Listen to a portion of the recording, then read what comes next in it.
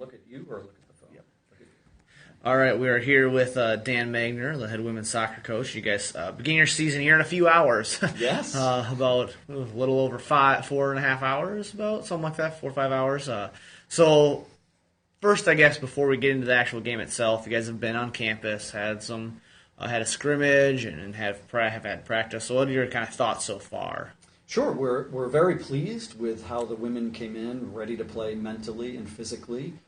The fitness level is higher this year than in past years, which is great. It's fantastic to see. And the women are clicking and getting to know each other well through on-field activities, off-field activities. Our team leadership council did a great job in preseason integrating the 7 new players into the team, and they've done well, good communication, etc. That brought us into our scrimmage at Minnesota State Moorhead, and we were pleased with the performance, given that we had only been in preseason for 3 days. Yep. I thought we did well with that, and we want that to continue as we get into the regular season games. And you guys lost a few players from last season, obviously. I think it was 6, 7 people had graduated, and some other people aren't back. But you do have your 2 top scorers back. Over half of your scoring points-wise is back.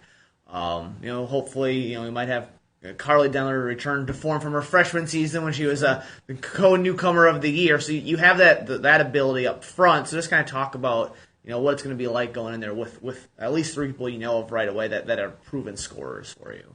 Sure. This will be a little bit of a change from the past, specifically last year when the team earned 13 shutouts and we were doing a great job really locking things down in the back half of the field.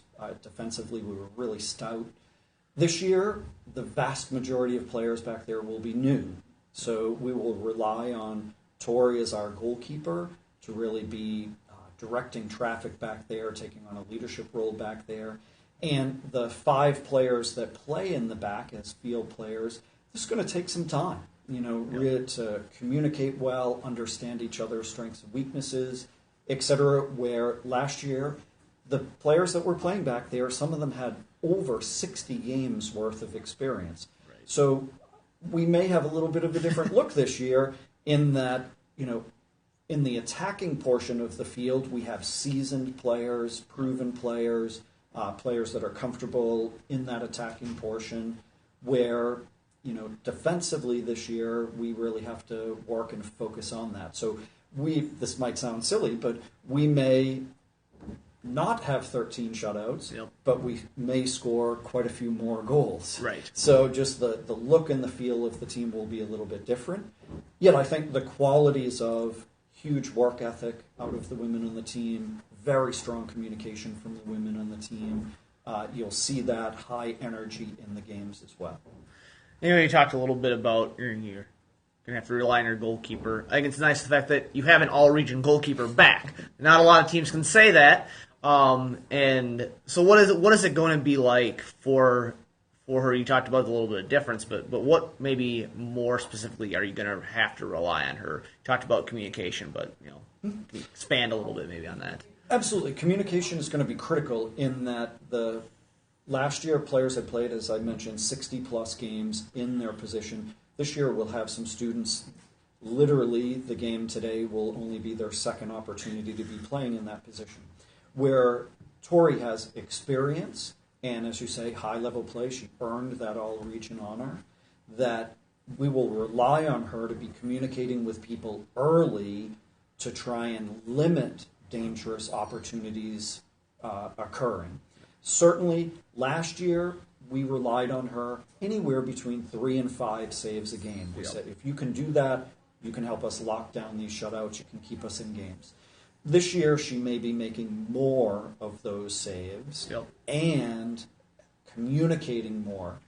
That group was so well played in last year that they intuitively knew a lot of the movements. This year, Tori will be relied on to communicate and prompt some of those movements. And this will just take time. This is why the scrimmage, and then we have these 3 non-conference games coming up before we play a UMAC game. These will be great opportunities for us to play those backs in and hone that communication. And maybe we go into that then a little bit. Is what are you going to look for from these three these three non-conference games before you guys start on the road? Your first 4 games on the road, but on the road for UMAC opener as well. Sure. I think certainly we're playing 3 very high-level MIAC teams right out of the chute here. And we played a Division II team in Minnesota State Moorhead. So we are really challenging ourselves here early. And the philosophy behind that is, let's find out what we're all about. Let's have a clear delineation. These are our strengths. These are some areas we need to address and look to improve on a regular basis.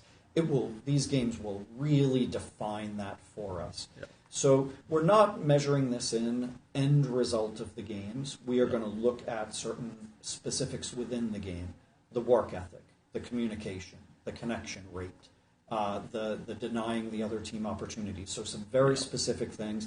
And if those result in points, a tie, and or win, fantastic.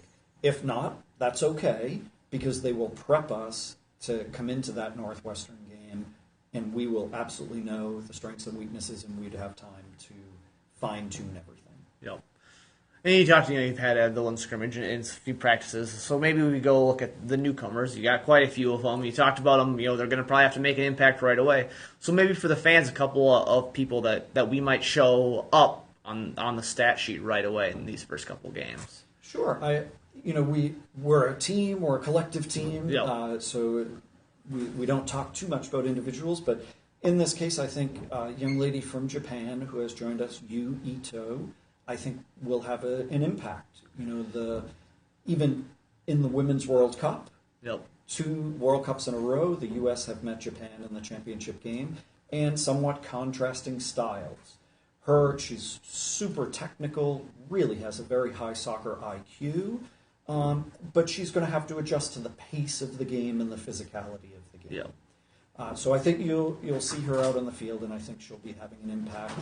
And, the other first-year players are working very hard to earn time. They're challenging returning players. And then we have some returning players that are in their junior year that maybe had some limited minutes prior to.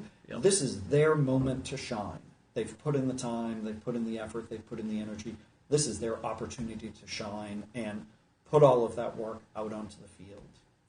All right, and final question for you, and probably somewhat addressed it in some of your answers already, but you guys so close to taking down St. Scholastica last year in the UMAC championship and getting to your first national tournament. So and I assume it's a goal to get to that national tournament this year. So in your mind, what is it going to take to get that done?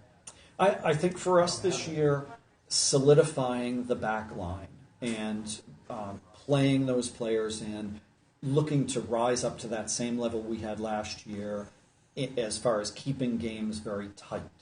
And I do believe this year we have some offensive firepower that maybe could have tipped the scales in the past, but this is year by year. You go through cycles with your team.